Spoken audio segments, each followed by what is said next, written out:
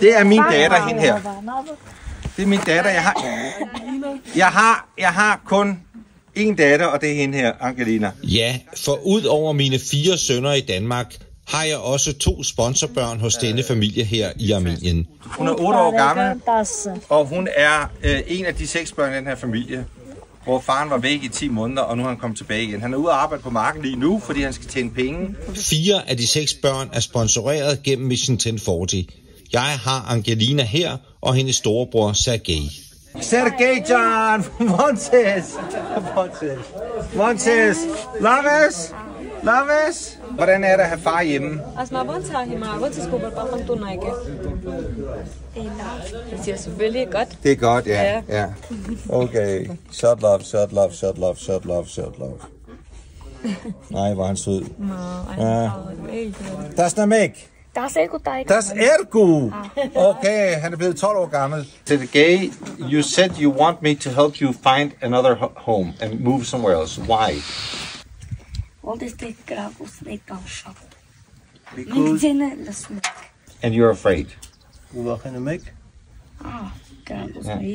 And you can see, can you see Azerbaijani soldiers up the hill here? Unfortunately, we cannot provide a new house, but we can help him improve the conditions in this house. And we will continue to help Sergej, Angelina, and the whole family.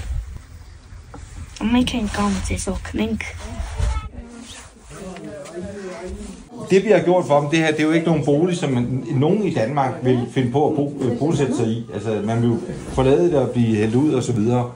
Men for dem er det er jo deres bolig, det er deres fremtid.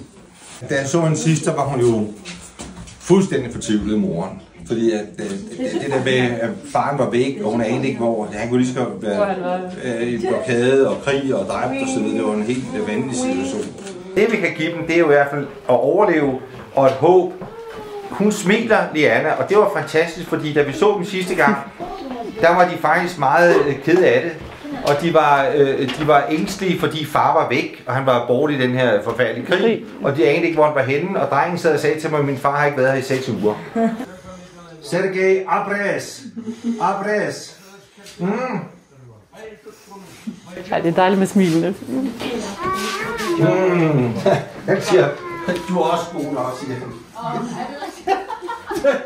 Jeg siger, at du er fantastisk, så siger han, du er også god nok.